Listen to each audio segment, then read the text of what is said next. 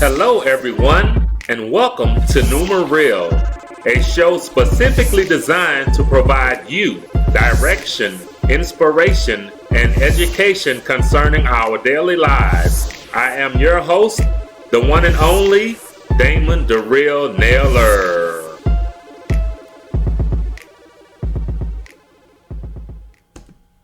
Hello, everyone, and welcome. We truly thank you for tuning in. We have a wonderful and awesome show in store for you today, and we're going to explore the concept of Act 1, Act 2, and Act 3. These are three forms of acts or actions. In life, we will exemplify one of three actions depending on the situation. However, typically we will be known for consistently manifesting one of them. On the following slides, we will analyze the three acts utilizing football as an analogy. And I hope you guys who are viewing this are football fans or kind of understand the concept at least a little bit. So first of all, we have Act 1 is inactive. This type of personality is normally passive, not confrontational, laid back. And since we're looking at football, their place in the game would be the bench warmer, or those who just sit on the side. They don't partake of the game, they don't get much action. Those who are in this position usually spectate, which means watch, and commentate, which means talk. And I always say those who spectate also player hate. And these people normally have some very bad and judgmental and critical opinions. And that's what happens when a person is inactive. They sit on that seat of judgment and they just watch and critique everyone else. So when it comes to their actions, there are normally no actions. They're not action-oriented, but very opinionated.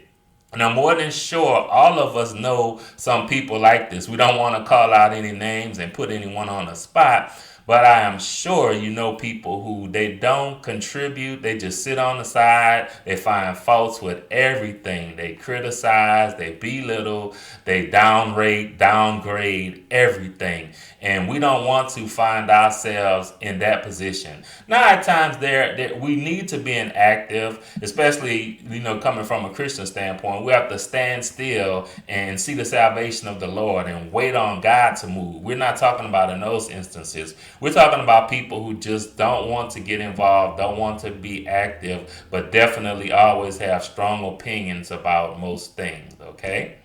So then we want to look at the next one, which is reactive. This is Act 2. This personality is what I would consider assertive, which is in the middle between aggression and passivity. This kind of in the middle. And the place in the game would be the defensive side. The defense has to line up according to the offense. It waits for the ball to be snapped to determine if it's a pass or run play, and then defend accordingly. So the defense has to wait on the offense before it makes a move. This type of person is, as far as their actions, they respond to circumstances and situations. They seldom initiate things. What we're saying here is that these people basically follow trends instead of setting them. They follow the leaders. They follow what's ever going on. They respond to the situation. If nothing is happening, they're not doing anything. But when things happen, they allow the things to happen first, then they respond. Well, sometimes in life, we need to have this as well. We need to be reactive before we can, assess something properly or take proper action. We need to look at the situation and the circumstances. But I'm talking about people who just only wait for things to happen, then respond. In other words, they're waiting on someone to give them an opportunity as opposed to creating an opportunity. They're waiting on someone to give them a handout or a job instead of possibly creating their own job and be able to get so they can give to others. That's what we're referring to here. Okay? And then finally, Act 3 is proactive. This is the personality that's aggressive. The place in the game, if we remember we're comparing it to football, will be the offensive side. The offense calls the plays and initiates the action. The quarterback is able to call an audible or change in play based on the defense's formation. So in a football game, the offense has an advantage because they already know what they're supposed to run and what they're going to do. And they even have the flexibility the quarterback does when he comes to the line of scrimmage. If he looks up and he sees the defense in a vulnerable position, then he can change the play and do something that will be more effective. When we look at the actions, this type of person initiates actions. They get ahead of the curve, they plan, execute, and adjust. And that is critical. We want to take on this approach most of the time. Be proactive. Get ahead of the curve. Be the leader. Set the trends. Stand out. Blaze the trail. Navigate the path. Go out in front. And when we're talking about being leaders, entrepreneurs, we're talking about making a difference, we're talking about being great, then you're going to have to be proactive. Sometimes you're going to have to create opportunities. You're going to have to generate income. You're going to have to do some things on your own within your own creative self. It's not going to exist because it's waiting on you to create it. And so it takes some boldness. It takes some confidence. But we want to be more proactive. If we analyze our lives, we'll see that we either operate in one of the three. Either we're inactive, reactive, or proactive.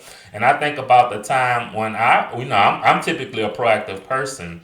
And just to show you how you have to sometimes switch to reactive, or you have to really call an audible. When I first launched out to pursue entrepreneurship, the motivational speaking, the writing, and the music production, things were going really well at first. It was taking off. But then I hit a dry spell where doors began to close, things began to slow down, but I needed some income. It was at that point that I had to call an audible. I had to make an adjustment. And what I ended up doing was pivoting and starting a janitorial service with a partner. And lo and behold, that janitorial service, the Lord blessed it, and it sustained my family and I for 12 years until I transitioned into what I'm doing today. And that's what we're talking about. Taking the bull by the horns, controlling your destiny, controlling your fate, being able to fulfill God's purpose and calling in your life. But it's going to take you being in control of it. You can't just allow everyone else to push you in the right direction and open up doors for you and give you opportunities. No, you have to get close to the door to see that whether it's open or not. But you have to take those steps. It's not going to come to you, but you have to go to it. And that's what we're talking about.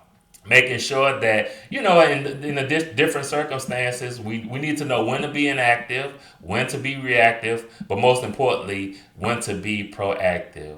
We truly hope that you've enjoyed this session, Act 1, Act 2, and Act 3. And we want you to analyze your lives and see which one am I, and become more proactive. Take that lead, take control, fulfill your destiny, and be all that God has called you to be. We truly thank you for tuning in. May God bless you until next time. Thank you so much for tuning in to today's episode of Numeril. We hope that you have received something that was very valuable. We look forward to being with you in the next episode. God bless.